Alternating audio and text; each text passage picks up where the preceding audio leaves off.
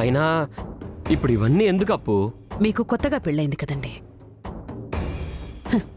ఇంకా ఈ T shirt night ప్యాంట్లు అవసరమా?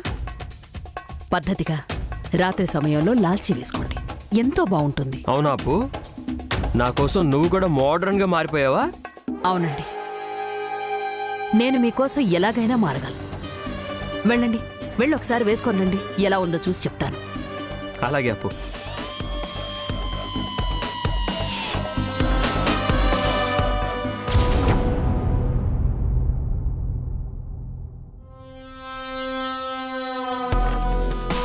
ఏంటి వసుంధరా, వంశీ కోసం పాలు రెడీ చేస్తున్నావా? అవును ఐరేంద్రి గారు. అవును, రిసార్ట్కి వెళ్ళొచ్చిన తర్వాత మీ మొహాల్లో కొత్త కళ పుంజుకొచ్చినట్టుంది. ఒకరిని చూసి ఒకరు సిగ్గుపడుతున్నారు, మురిసిపోతున్నారు. మరీ అంత డీప్ గా వెళ్ళి అడుగుతారేంటి ఐరేంద్రి గారు? మీరు బాబాయ్ గారు కూడా హనీమూన్ కి వెళ్ళలేదా ఏంటి? ఎందుకు వెళ్ళలేదు? వెళ్ళాం వసుంధరా, మేము ఊటీకి వెళ్ళాం. అక్కడ ప్రకృతిని చూసి ఎంత ఎంజాయ్ చేశామో. ఏంటి, అంతేనా? ఏంటి వసుంధరా, అంతేనా అని అంత తేలిగ్గా అంటున్నావు? ఇంతకీ మీరెంతలా ఎంజాయ్ చేశారేంటి? అదంతా చెప్పాలంటే నాకు సిగ్గేస్తుంది ఐరేంద్రి గారు. గొంతులో నుంచి మాట కూడా సరిగా రావడం లేదు. అయినా ఇంకో 2 నెలల్లో మీరే చూస్తారుగా. ఇది ఇంతలా సిగ్గుపడుతుందంటే నిజంగా ఒకటైపోయారా ఏంటి? ఏదో ఒకటి తెలియకపోతే చచ్చిపోయేలా ఉన్నాం.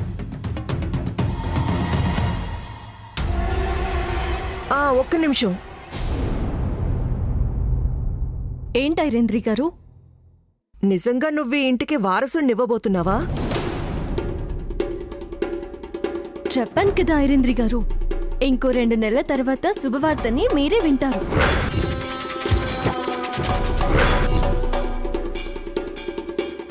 నువ్వు చెప్పవా వసుంధరా? అది అక్క, నువ్వింకా వెళ్ళలేదా? ఎక్కడికి? ఎక్కడికేంటి, రాత్రి అవుతుంది, పడుకోవద్దా ఏంటి? అసలు నువ్విక్కడికి ఎందుకు వచ్చావు? మా ఆయన పాలు తాగంది నిద్రపోరు. మా ఆయన పాల గ్లాస్ కోసం వచ్చాను.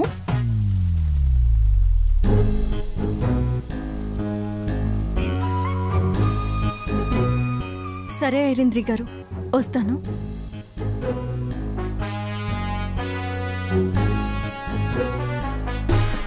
నేను కూడా వస్తాను. కర్మ కర్మ కర్మ.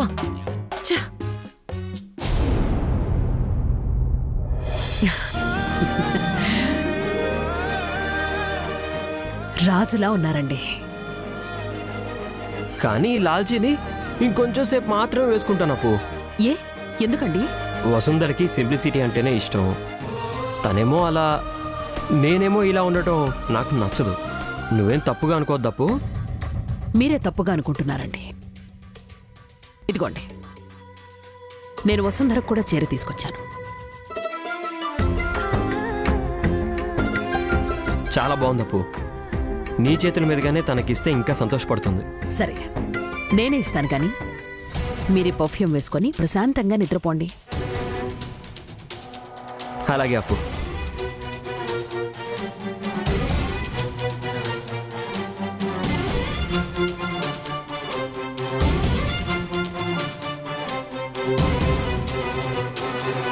వంశీకి డ్రెస్సు, నీకు చీర తీసుకొచ్చాను, తీసుకో. Thanks madam. వంశీకి పాలిచ్చేసి నువ్వు ఈ చీర కట్టుకో. అలాగే మేడం.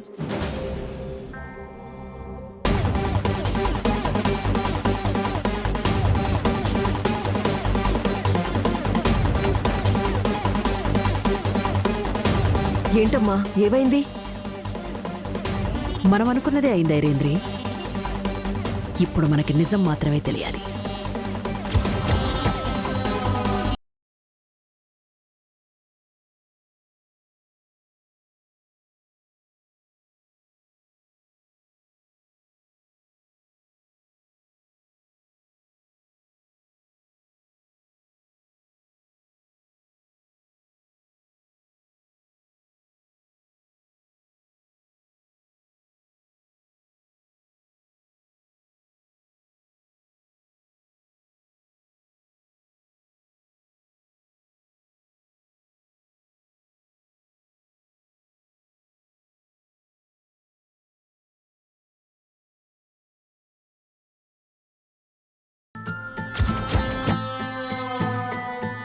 అవును వసు, నాకు ఈ డ్రెస్ ఎలా ఉంది?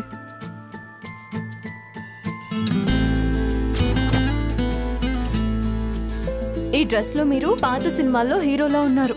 పాత సినిమాల్లో హీరో అంటే ఫైటింగ్లు చేజింగ్లు లేకుండా కేవలం డ్యూయెట్లు మాత్రమే ఉంటాయన్నమాట. నువ్వు నాతో డాన్స్ చేయడానికి రెడీగా ఉంటావు కదా వసు?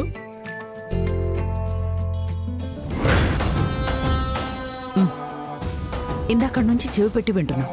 ఏమన్నా తెలిసిందా? వాళ్ళిద్దరూ సంతోషంగా గిల్లి కజ్జాలు ఆడుకుంటున్నారమ్మా.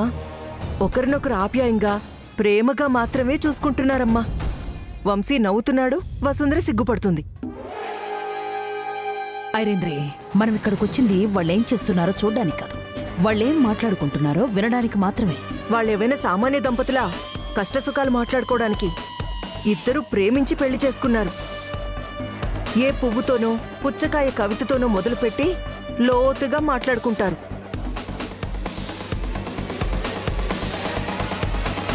నీకో విషయం తెలుసా వసు? నాకు ఈ డ్రెస్ ఎవరిచ్చారో తెలుసా?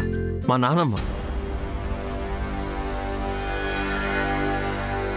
అసలు ఇంత ఉన్న పళ్ళంగా మీకు డ్రెస్ ఇవ్వడం వెనుక ఆవిడ ఉద్దేశం ఏంటి వంశీ సార్? అదే వసు, ఇందాక భోంచేసేటప్పుడు అప్పు కోపంగా లేచి వెళ్ళిపోయింది కదా, నేను బాధపడుతున్నానేమోనని, దిగులుగా ఉంటానేమోనని నన్ను కూల్ చేయడం కోసం ఈ డ్రెస్ తెచ్చిచ్చింది. అంతేకాదు వసు, స్పెషల్ పర్ఫ్యూమ్ కూడా ఇచ్చింది.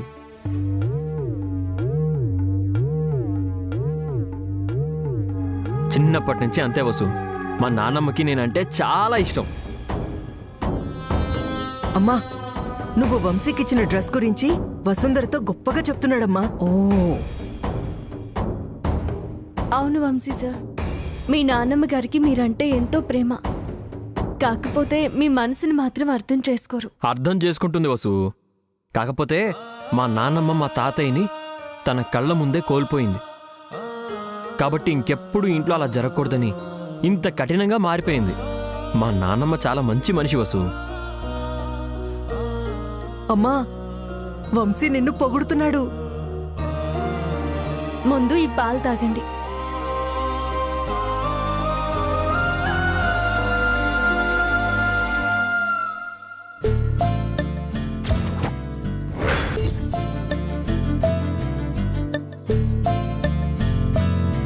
అయ్యో సారీ వసు, నువ్వు ఉన్నావని ఆలోచించకుండా మొత్తం తాగేశాను. అలా నా ముందు చిటికేసిన సగం తాగి మిగతా పాలు నీకు ఇచ్చేవాడిని కదా. పాలు నాకు ఇవ్వకుండా మీరు పూర్తిగా తాగినా నాకు తృప్తిగానే ఉంటుంది. ఆ అనుభవాన్ని నేనే పొందుతాను. అవును సార్, మీ తలకెలా ఉంది?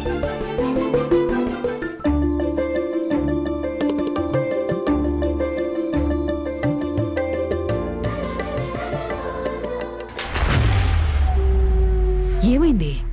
అమ్మో, ఒక్కసారిగా భయం వేసిందమ్మా. దీన్ని ప్రేమించుకోవడం అనరు, ఒకరినొకరు ఆరాధించుకోవడం అంటారు. ఇప్పుడు లోపల జరుగుతున్న సీన్ని ఇమాజిన్ చేసుకుంటే అలా వాళ్ళిద్దరూ ఒకరి కళ్ళలోకొకరు చూసుకుంటూ గుడ్డివాళ్ళు అయిపోతారేమోనని భయంగా ఉందమ్మా. ముందు పూర్తిగా వినడం నేర్చుకో ఐరేంద్రి. అబ్బా, అలాగేనమ్మా. పెద్దగా దెబ్బలేం తగలేదు వసుంధరా. దీనంతటికీ కారణం నేనేనేమో వంశీ సార్. మనం అక్కడికి వెళ్ళకపోయి ఉంటే ఇలా జరుగుండేది కాదేమో. అవేం మాటలు వసు, మనం గుడి నుంచి వస్తున్నాం కాబట్టే మనకి ఎలాంటి ప్రమాదం జరగలేదు. ఆ దేవుడే మనల్ని కాపాడాడు. మీరు నన్ను ఒక్క విషయంలో క్షమించాలి సార్. ఈ ఇంట్లో వాళ్ళందరూ సంతోషంగా ఉన్నంత వరకు మనం ఒకటవకూడదన్న నియమం పెట్టుకున్నాం. మీరు మాట తప్పకుండా నా మాటకు కట్టుబడున్నారు. నేనే మీ మాట వినకుండా తొందరపడి నిర్ణయం తీసుకున్నాను. నువ్వేం చేసినా అది నా కోసమే అయి ఉంటుంది వసు. నువ్వేం ఆలోచించుకో, పడుకో.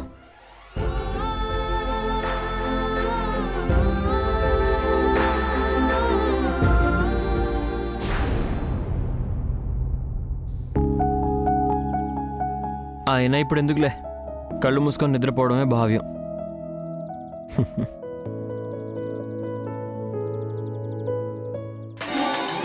ఏమైంది ఐరేంద్రి? ఏవోనమ్మా, ఇద్దరూ ఒక నిర్ణయానికి వచ్చి చెరో దిక్కు వెళ్ళిపోయి ఉంటారు. ఐరేంద్ర గారు, మీరు ఇక్కడేం చేస్తున్నారు? ఏం లేదా లేఖ్యా, మా ప్యాలెస్ లో దోవలు చొరబడ్డాయంటే ఏంటి ఎలా ఉంటాయని చూడ్డానికి వచ్చాం. పెద్దమ్మ గారు, మీరు కూడా గదిలోంచి బయటకొచ్చారా? అంటే నాకు భయంగా ఉంటే మా అమ్మని తోడుగా తెచ్చుకున్నాను, అంతే కదమ్మా. అలేఖ్య, ఆరా తీయడం ఆపేసి నువ్వు వెళ్ళి పడుకో. అలాగే అమ్మగారు, నేను లైట్లు ఆర్పేసి పడుకుంటాను. మనం వెళ్దాం పదమ్మా. అలాగే లైట్స్ ఆఫ్ చేసి పడుకుంటుందిలే, పద.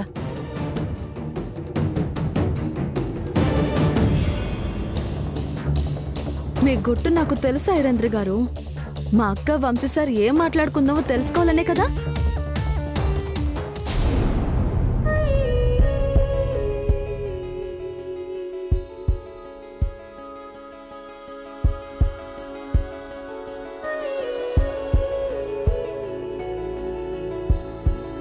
దేంతో రాజీ పడనివ్వకుండా మీ నాన్నమ్మ గారు మిమ్మల్ని పెంచారు వంశీ సార్. నేను మీ సంతోషాలకి మిమ్మల్ని దూరం చేస్తున్నాను. బాధ్యతలన్నీ పూర్తి చేసుకుని మిమ్మల్ని నాలో కలిపేసుకుంటాను.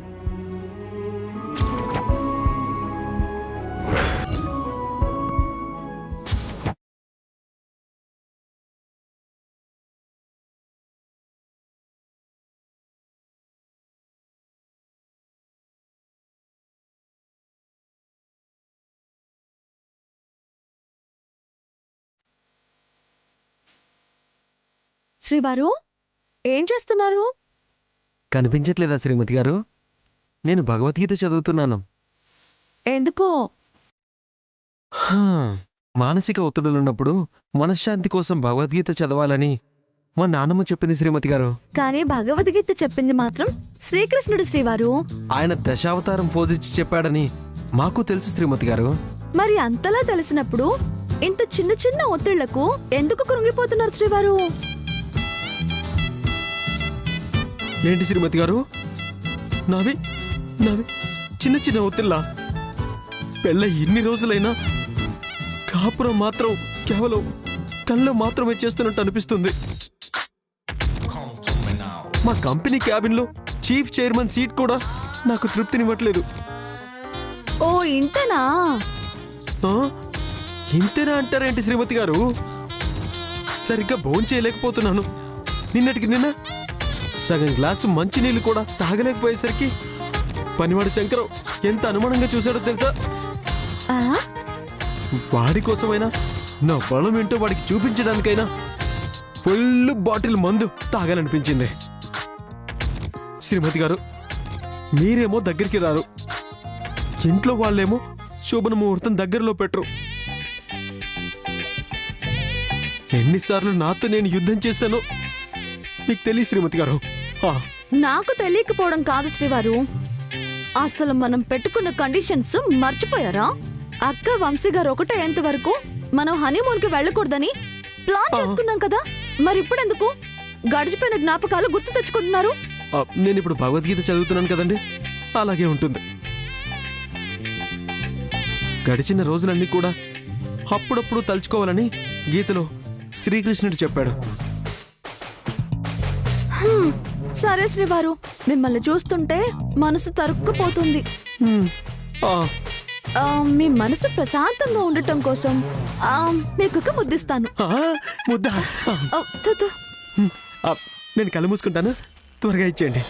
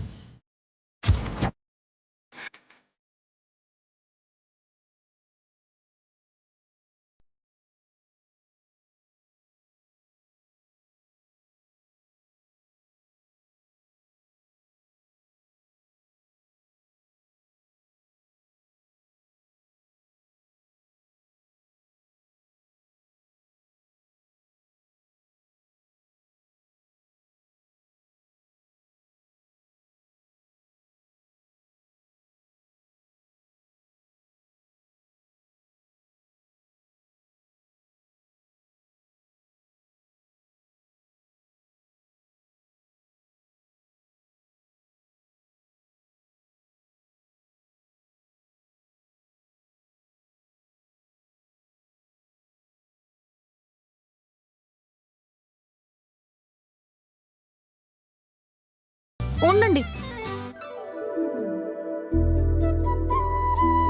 మ్మ్, ఆ, వద్దులండి శ్రీమతి గారు. ఏమైంది శ్రీవారు? భగవద్గీత చదువుతూ ఇలాంటి పనులు చేయడం తప్పు. అయినా శ్రీకృష్ణుడు ఏం చెప్పాడు? ఏం చెప్పాడు శ్రీవారు? నాతో ఏం చెప్పలేదు కానీ సర్వం తెలిసిన మా నాన్నమ్మ మాత్రం నైట్ టైం త్వరగా నిద్రపోమని చెప్పింది. మీరు నిద్రపోండి శ్రీమతి గారు, నేను భగవద్గీత పారాయణం చేస్తాను. సరే, మీ ఇష్టం. Good night. తలరాతైనా భగవద్గీత అయినా రెండూ తల వంచి చదవాల్సిందే.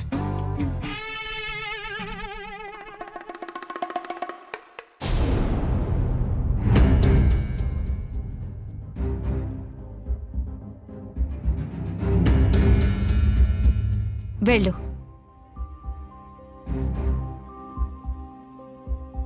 ఏంటొదినా హడావుడిగా కనిపిస్తున్నావు? మళ్ళీ ఏం చేయించబోతున్నావు? వంశీ వసుంధరలు నా కోరిక మేరకు హనీమూన్కి వెళ్ళి నా మాట నిజం చేశారు.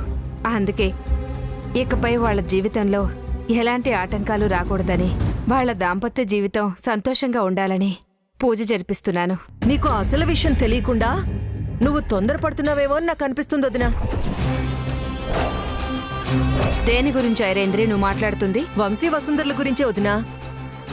ఎందుకంటే వాళ్ళు రిసార్ట్కి వెళ్ళొచ్చారన్న మాటే కానీ వాళ్ళు తిరిగొచ్చిన ప్రదేశాలు, వాళ్ళు గడిపిన క్షణాల గురించి కానీ, వాళ్ళు పంచుకున్న అనుభూతుల గురించి మనతో చెప్పారా? లేనే లేదు. మరక్కడ ఏం జరిగిందో ఏంటో. నీ మాటలోనే సమాధానం దొరుకుతుంది ఐరేంద్రి. ఆ విషయం వాళ్ళ పర్సనల్ కాబట్టి మనతో పంచుకోలేదు. నా మాటల్లోని అంతరార్థం నీకు ఇంకా అర్థం కాలేదు వదినా. ఈ ఇంటికి వారసుడు రావాలనే కదా మనం అందరం కోరుకుంటుంది. అవును ఐరేంద్రి. అదే వదినా, వచ్చిన క్షణం నుంచి వంశీ వసుంధరలు సంతోషంగా లేరు. వాళ్ళు సంతోషంగా లేరంటే వాళ్ళు వేరుగా ఉన్నట్టే కదా. పైగా వచ్చేటప్పుడు వంశీ కారుకు కూడా ప్రమాదం జరిగింది.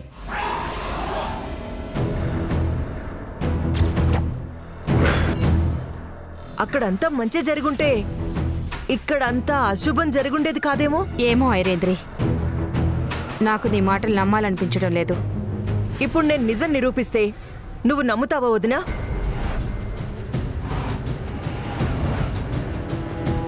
చెప్పొదినా, ఇప్పుడు నేను నిజం నిరూపిస్తాను, నువ్వు నమ్ముతావా?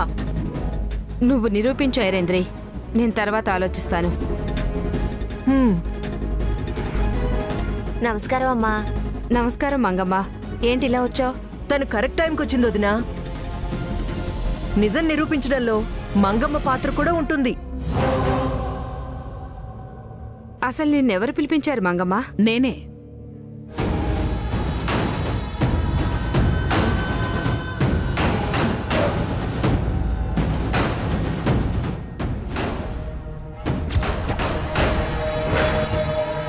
మీరా? ఎందుకత్తయ్యా? వంశీ వసుంధరలు కొత్త దంపతులు కదా సుచిత్ర. పైగా హనీమూన్కి కూడా వెళ్ళొచ్చారు. నవదంపతుల బట్టల్ని చాకలితోనే ఉతికించాలని నేననుకున్నాను. అందుకే దాన్ని పిలిపించాను. మంచిదే అత్తయ్య.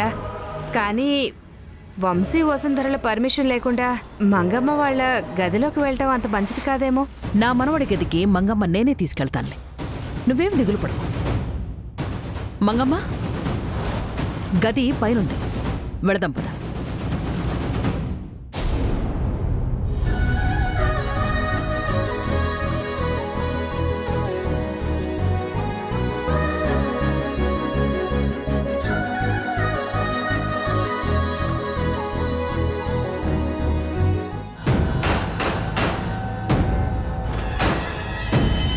ఆగండి.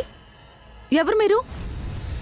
ఉతకాల్సిన బట్టలు గదిలో ఉన్నాయని పెద్దమ్మగారు చెప్తే తీసుకెళ్దామని వచ్చానమ్మా. పెద్దమ్మగారు చెప్పినంత మాత్రాన మమ్మల్ని అడగకుండా సరాసరి లోపలికి వెళ్ళిపోతావా? అక్క గదిలో లేనట్టుంది. అక్క వచ్చాక నేను పిలుస్తాను, నువ్వు వెళ్ళు. వెళ్ళమని చెప్తున్నాను కదా, వెళ్ళు వెళ్ళు వెళ్ళు. కూడా నేను కూడా వస్తున్నానన్న ధైర్యంతోనే తనిక్కడి దాకా వచ్చింది. లోపలికి నేను తీసుకువెళ్తాను, నువ్వు తప్పుకో. రా మంగమ్మ.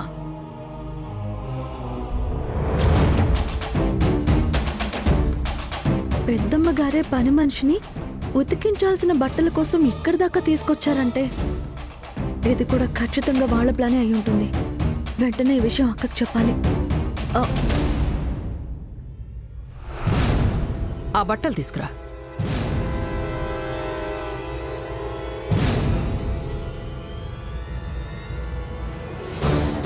పద.